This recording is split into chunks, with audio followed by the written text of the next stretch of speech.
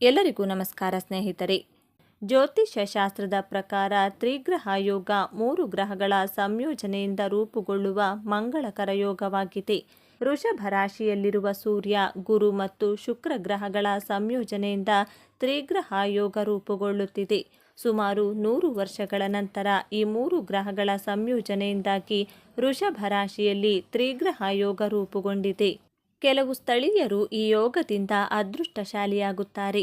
ವಿಶೇಷವಾಗಿ ಉದ್ಯಮ ಮತ್ತು ವ್ಯಾಪಾರದಲ್ಲಿ ಪ್ರಗತಿ ಕಾಣಲಿದ್ದಾರೆ. ಈಗ ವೃಷಭ ರಾಶಿಯಲ್ಲಿ ರೂಪುಗೊಂಡ ತ್ರಿಗ್ರಹಿ ಯೋಗದಿಂದ ಅದೃಷ್ಟಶಾಲಿಯಾಗಿರುವ ರಾಶಿಯವರು ಯಾರೆಂದು ನೋಡೋಣ ಬನ್ನಿ. ಅದಕ್ಕೂ ಮುಂಚೆ ನೀವಿನ್ನು ಚಾನಲ್ಗೆ ಸಬ್ಸ್ಕ್ರೈಬ್ ಆಗಿಲ್ಲ ಅಂದರೆ ಸಬ್ಸ್ಕ್ರೈಬ್ ಆಗಿ, ಹಾಗೆ ವಿಡಿಯೋಗೆ ಲೈಕ್ ಮಾಡಿ, ವಿಡಿಯೋ ಸ್ಕಿಪ್ ಮಾಡದೆ ಕೊನೆ ತನಕ ನೋಡಿ. ವೃಷಭ ರಾಶಿ. ವೃಷಭ ರಾಶಿಯ ಮೊದಲ ಮನೆಯಲ್ಲಿ ತ್ರಿಗ್ರಹಿ ಯೋಗ ರೂಪುಗೊಳ್ಳುತ್ತದೆ. ಇದು ಈ ರಾಶಿಗಳ ವ್ಯಕ್ತಿತ್ವವನ್ನು ಸುಧಾರಿಸುತ್ತದೆ. ಜೊತೆಗೆ ವೃಷಭ ರಾಶಿಯವರ ಆತ್ಮಸ್ಥೈರ್ಯವನ್ನು ಹೆಚ್ಚಿಸುತ್ತದೆ. ಈ ರಾಶಿಯ ಉದ್ಯೋಗಸ್ಥರು ಅದೃಷ್ಟವಂತರಾಗಿರುತ್ತಾರೆ. ಅಂಥವರ ಉದ್ಯಮ ವೇಗವಾಗಿ ಬೆಳೆಯುತ್ತಿದೆ. ವ್ಯಾಪಾರಿಗಳಿಗೆ ಹೊಸ ಗುತ್ತಿಗೆ ಸಿಗಲಿದೆ.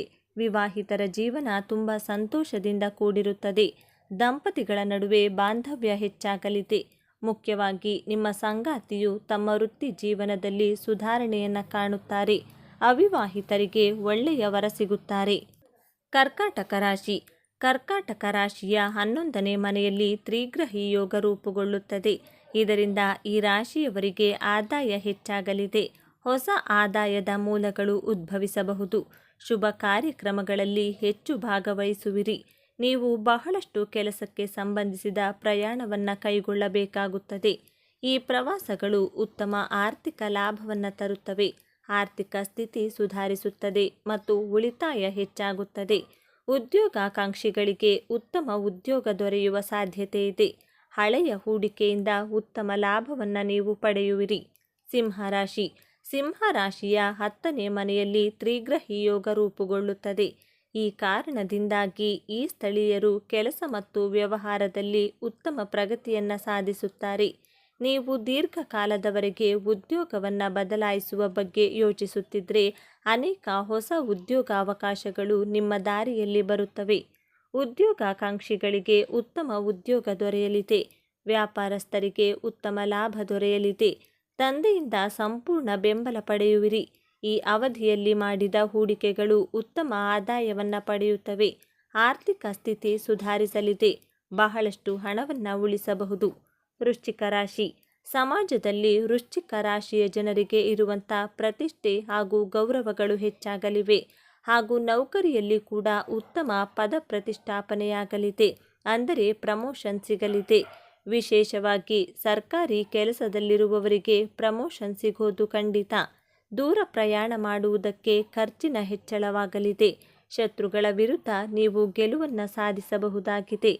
ವೃಶ್ಚಿಕ ರಾಶಿಯವರಿಗೆ ಸಾಕಷ್ಟು ಸಮಯಗಳಿಂದ ಕಾಡುತ್ತಿರುವ ಆರೋಗ್ಯ ಸಮಸ್ಯೆಗಳಿಂದ ಮುಕ್ತಿ ಸಿಗಲಿದೆ. ಹಾಗೂ ಜೀವನದಲ್ಲಿ ತೆಗೆದುಕೊಳ್ಳುವಂಥ ನಿಮ್ಮ ನಿರ್ಧಾರಗಳು ನಿಮ್ಮ ಮೇಲೆ ಸಕಾರಾತ್ಮಕ ಪರಿಣಾಮಗಳನ್ನು ಬೀರಲಿವೆ. ಸಾಕಷ್ಟು ಸಮಯಗಳಿಂದ ಮದುವೆಯಾಗಿ ಸಂತಾನ ಭಾಗ್ಯಕ್ಕಾಗಿ ಕಾಯುತ್ತಿರುವಂಥ ಧನುರಾಶಿಯವರಿಗೆ ಅತಿ ಶೀಘ್ರದಲ್ಲಿ ಶುಭ ಸುದ್ದಿ ಸಿಗಲಿದೆ. ಆರ್ಥಿಕತೆಯ ವಿಚಾರದಲ್ಲಿ ಕೂಡ ಧನುರಾಶಿಯವರಿಗೆ ಸಾಕಷ್ಟು ಲಾಭಾಂಶಗಳು ಸಿಗಲಿದೆ. ಧನುರಾಶಿಯವರು ಮಾಡುವಂಥ ಪ್ರತಿಯೊಂದು ಕೆಲಸಗಳಲ್ಲಿ ಕೂಡ ಭಾಗ್ಯದ ಜೊತೆಗಾರಿಕೆ ಸಿಗುವುದರ ಮೂಲಕ ಪ್ರತಿಯೊಂದು ವಿಚಾರದಲ್ಲಿ ಕೂಡ ಗೆಲುವನ್ನು ಸಾಧಿಸಲಿದ್ದಾರೆ. ಒಂದು ವೇಳೆ ಧನುರಾಶಿಯವರು ರಾಜಕೀಯ ಕ್ಷೇತ್ರದಲ್ಲಿ ಇದ್ದರೆ ಈ ಚುನಾವಣೆಯ ಸಂದರ್ಭದಲ್ಲಿ ಅವರಿಗೆ ರಾಜಕೀಯ ಕ್ಷೇತ್ರದಲ್ಲಿ ಮುಖ್ಯ ನೆಲೆಗೆ ಬರುವಂಥ ಅವಕಾಶಗಳನ್ನು ಕಲ್ಪಿಸಲಾಗುತ್ತದೆ. ಬರಹಗಾರಿಕೆ ಅಂದರೆ ಜರ್ನಲಿಸಂನಲ್ಲಿರುವವರಿಗೆ ಇದು ಹೇಳಿ ಮಾಡಿಸಿದ ಸಮಯವಾಗಿದೆ. ಒಟ್ಟಾರೆಯಾಗಿ ಈ ಸಂದರ್ಭದಲ್ಲಿ ಧನುರಾಶಿಯವರು ತಮ್ಮ ಅತ್ಯಂತ ಅದೃಷ್ಟಮಯ ದಿನಗಳನ್ನು ಕಾಣಲಿದ್ದಾರೆ. ತುಲಾರಾಶಿ. ತುಲಾರಾಶಿಯವರಿಗೆ ಸೂರ್ಯನ ಆಶೀರ್ವಾದದಿಂದಾಗಿ ಆರ್ಥಿಕವಾಗಿ ಸರ್ವ ರೀತಿಯ ಲಾಭಗಳು ಕೂಡ ದಕ್ಕಲಿವೆ. ವ್ಯಾಪಾರವನ್ನು ಪ್ರಾರಂಭ ಮಾಡುವುದಕ್ಕೆ ಹಾಗೂ ಇರುವಂತಹ ವ್ಯಾಪಾರವನ್ನು ಇನ್ನಷ್ಟು ದೊಡ್ಡ ಮಟ್ಟದಲ್ಲಿ ವಿಸ್ತರಣೆ ಮಾಡುವುದಕ್ಕೆ ಕೂಡ ಅವಕಾಶವಿದೆ. ವ್ಯಕ್ತಿತ್ವದಲ್ಲಿ ಕೂಡ ಸಾಕಷ್ಟು ಸಕಾರಾತ್ಮಕ ಬದಲಾವಣೆಗಳು ಮೂಡಿ ಬರುವುದರಿಂದಾಗಿ ಜನರಿಗೆ ನೀವು ಇನ್ನಷ್ಟು ಹತ್ತಿರವಾಗಲಿದ್ದೀರಿ.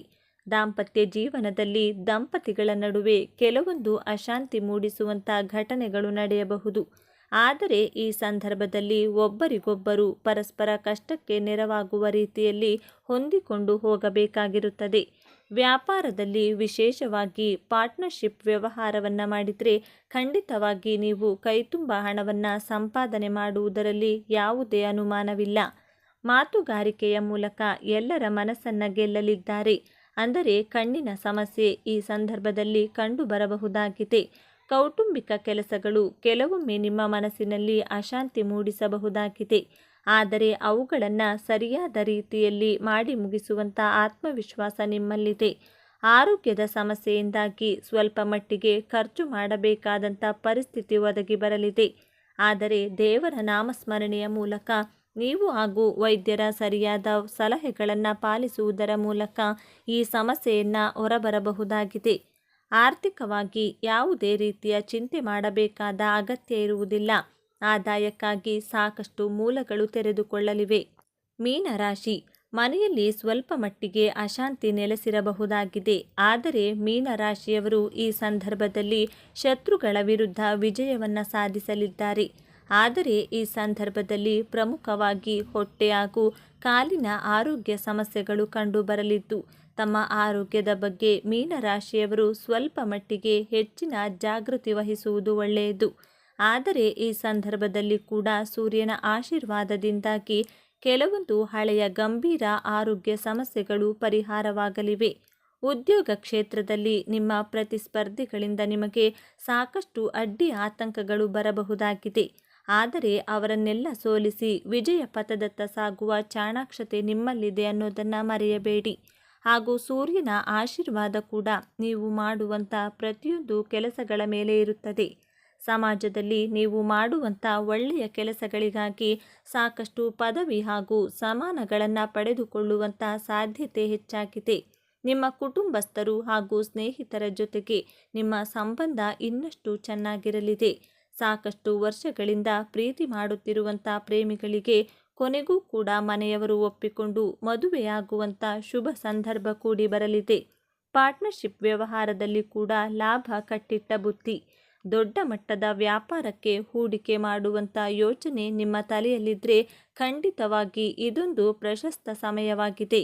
ನಿಮ್ಮ ತಂದೆಯವರ ಬೆಂಬಲ ಹಾಗೂ ಪ್ರೋತ್ಸಾಹದಿಂದಾಗಿ ನೀವು ಪ್ರತಿಯೊಂದು ಕೆಲಸಗಳನ್ನು ಕೂಡ ಆತ್ಮವಿಶ್ವಾಸದಿಂದ ಮಾಡುತ್ತೀರಿ. ಈ ಸಂದರ್ಭದಲ್ಲಿ ನಿಮಗೆ ಮದುವೆ ಆಗುವಂತಹ ಅವಕಾಶಗಳು ಕೂಡ ಸಿಗುತ್ತವೆ. ಈಗಾಗಲೇ ದಾಂಪತ್ಯ ಜೀವನಕ್ಕೆ ಕಾಲಿಟ್ಟಿರುವವರ ದಾಂಪತ್ಯ ಜೀವನ ಸರಾಗವಾಗಿ ನಡೆಯಲಿದೆ. ಧಾರ್ಮಿಕ ಕಾರ್ಯಕ್ರಮಗಳು ಮನೆಯಲ್ಲಿ ನಡೆಯಲಿವೆ. ಸ್ನೇಹಿತರೆ, ಈ ಮಾಹಿತಿ ನಿಮಗೆ ಇಷ್ಟವಾಗಿದ್ದಲ್ಲಿ ದಯವಿಟ್ಟು ಶೇರ್ ಮಾಡಿ, ಲೈಕ್ ಮಾಡಿ ಮತ್ತು ನಮ್ಮ ಚಾನಲ್ಗೆ ಸಬ್ಸ್ಕ್ರೈಬ್ ಆಗಿ. ಎಲ್ಲರೂ ಭಕ್ತಿಯಿಂದ ಓಂ ಶನೈಶ್ವರ ನಮಃ ಅಂತ ಕಮೆಂಟ್ ಮಾಡಿ. ಧನ್ಯವಾದಗಳು.